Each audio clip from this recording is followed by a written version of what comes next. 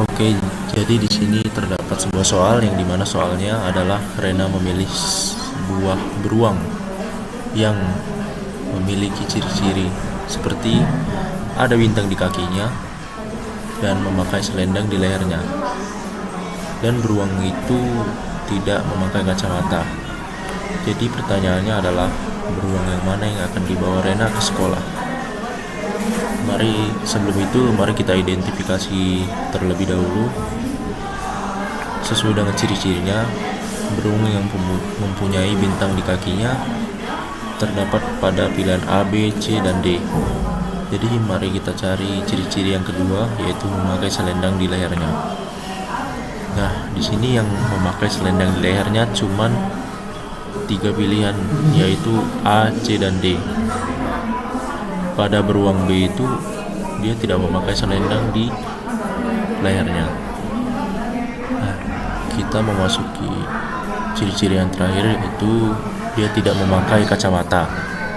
Nah, sesuai yang kita lihat, beruang yang tidak memakai kacamata itu hanyalah beruang yang D, dan sesuai dengan ciri-cirinya. Jadi sekian saja penjelasan saya. Terima kasih. Perkenalkan Pak, Bu, nama saya Monika Sitanggang dengan NIM 4232453 dari Prodi D3 Teknologi Informasi. Saya akan menjelaskan terkait dengan soal bebas kecil tentang pencakar langit. Berikut soalnya. Sebuah foto menunjukkan gambar 6 menara sebagai berikut. Tantangannya yaitu jika menara tersebut didaftarkan dari yang paling rendah ke yang paling tinggi, menara mana yang ada pada urutan keempat dalam daftar? Untuk mendapatkan jawaban, kita perlu mengurutkan menara-menara yang ada berdasarkan tingginya, dimulai dari menara yang paling rendah ke menara yang lebih tinggi. Setelah diurutkan, menara pada pilihan D berada pada urutan pertama, menara pada pilihan A berada pada urutan kedua, dan menara pada pilihan B berada pada urutan ketiga. Menara pada pilihan C yang berada pada urutan keempat. Maka jawaban dari soal tersebut adalah menara C. Pilar computational thinking yang ditemukan pada soal yaitu dekomposisi. Dekomposisi dilakukan dengan menentukan menara keempat berdasarkan tinggi menjadi langkah-langkah kecil seperti mengidentifikasi menara-menara dalam gambar, mengurutkan menara dari yang terpendek hingga tertinggi, menentukan posisi keempat dari urutan tersebut. Yang kedua yaitu abstraksi. Abstraksi melibatkan fokus pada tinggi menara, sedangkan detail seperti warna, lokasi, geografis, atau fungsi menara tidak relevan untuk menyelesaikan masalah. Yang ketiga, algoritma. Algoritma yang digunakan untuk menyelesaikan soal ini melibatkan 1. Mengidentifikasi tinggi masing-masing menara. 2. Mengurutkan menara berdasarkan tinggi atau dari terendah ke tertinggi. Yang ketiga, yaitu memilih menara dari posisi keempat setelah pengurutan. 4. Pengenalan pola. Pola yang dikenali adalah urutan tinggi menara yang membantu menentukan posisi menara dalam daftar berdasarkan tinggi mereka.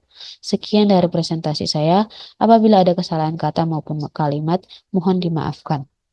Halo, perkenalkan nama saya Eko Febrian Panggabean dari Prodi S1 Teknik Elektro, NIM 13S24035. Di sini saya akan mengambil tipe soal siaga. Saya akan menampilkan soalnya di layar saya. Di sini ada soal yang berjudul binatang pilihan Polly. Pertanyaannya adalah, Kevin bertanya ke Polly, Gumi adalah kucing dan Puppy adalah anjing. Benarkah? Polly menjawab, tidak, itu tidak benar. Tantangannya adalah, pertanyaan mana yang paling benar? Pilihan jawaban A, Gumi bukan kucing dan Puppy bukan anjing. Jawaban B, antara Gumi bukan kucing atau Puppy bukan anjing. C, Gumi bukan kucing atau Puppy bukan anjing. D, Gumi bukan kucing tetapi Puppy adalah anjing. E, Gumi adalah kucing tetapi Puppy bukan anjing. F, kita tak dapat mengatakan apapun tentang Gumi atau Puppy. Dan jawabannya adalah C. Kalimat Gumi adalah kucing dan Puppy bukan anjing terdiri dari dua kata, antara yaitu 1. Gumi adalah kucing dan Puppy adalah anjing. Kedua kalimat tersebut digabung dengan kata hubungan, dan jika kalimat Gumi dan kucing dan Puppy adalah anjing, salah satu salah, maka minimal 1 dari 2 kalimat A 1 dan 2K salah. Dengan demikian, terdapat kemungkinan A. Kalimat yang salah adalah kalimat 1, artinya bumi bukan kucing. B. Kalimat yang salah adalah kalimat 2, artinya Pupi bukan anjing. C. Kalimat 1 dan 2 salah semuanya, artinya bumi bukan kucing dan Pupi bukan anjing. Berikut pembahasan untuk masing-masing jawaban A sampai E. Di sini dapat kita lihat bahwa tipe A tidak, pilihan tipe A. Apakah kalimat pasti benar? Jawabannya adalah tidak. Bisa kita lihat dari layar, jawabannya, penjelasannya ada di sini. Dan tipe B salah juga. Kita bisa lihat tipe pembahasannya ada di sini dan semuanya juga ada di sini. Terima kasih. Perkenalkan Bu, nama saya Joakim Parapat dari Prodi Teknik Metalurgi dengan NIM 22S24002. Kali ini saya akan menjelaskan soal bebas mengenai memilih sepatu. Jadi soalnya itu seperti ini. Sarah ingin membeli sepatu dan ayahnya memberi batasan bahwa harganya tak boleh lebih dari 100.000 rupiah. Sarah menyukai sepatu bot berwarna hitam. Nah, jadi tantangan di soal ini yaitu merek sepatu apa yang harus dipilih Sarah. Nah, ini ada beberapa gambar sepatunya saya tempelkan di video ini, bisa dilihat. Jadi yang A itu harga sepatu bootnya itu 84.000, yang B itu harga sepatu bootnya 151.000, yang C itu harga sepatu bootnya 94.000, yang D itu bukan sepatu boot dan harganya 124.000, yang E itu bukan sepatu boot dan harganya 84.000, dan yang F itu sepatu boot harganya 114.000. Nah, di soal ini jawabannya itu A. Maksudnya sepatunya itu yang A dan jawabannya itu B. Kenapa jawabannya seperti itu? Jika kita lihat, Sarah itu menyukai sepatu boot yang berwarna hitam. Jadi di soal ini hanya ada 4 sepatu boot. Itu 2 berwarna hitam, yang satunya berwarna biru dan satunya berwarna emas. Jadi yang berwarna hitam ini jawaban A dan F. Nah, kenapa tadi sepatu boot warna hitam yang A? Dan juga kenapa saya pilih jawaban itu B yang A? Karena dia bukan hanya berwarna hitam sesuai dari pilihan si Sarah, dan juga syarat yang paling utama itu harganya 100.000. Nah, di kasus sepatu boot warna F ini,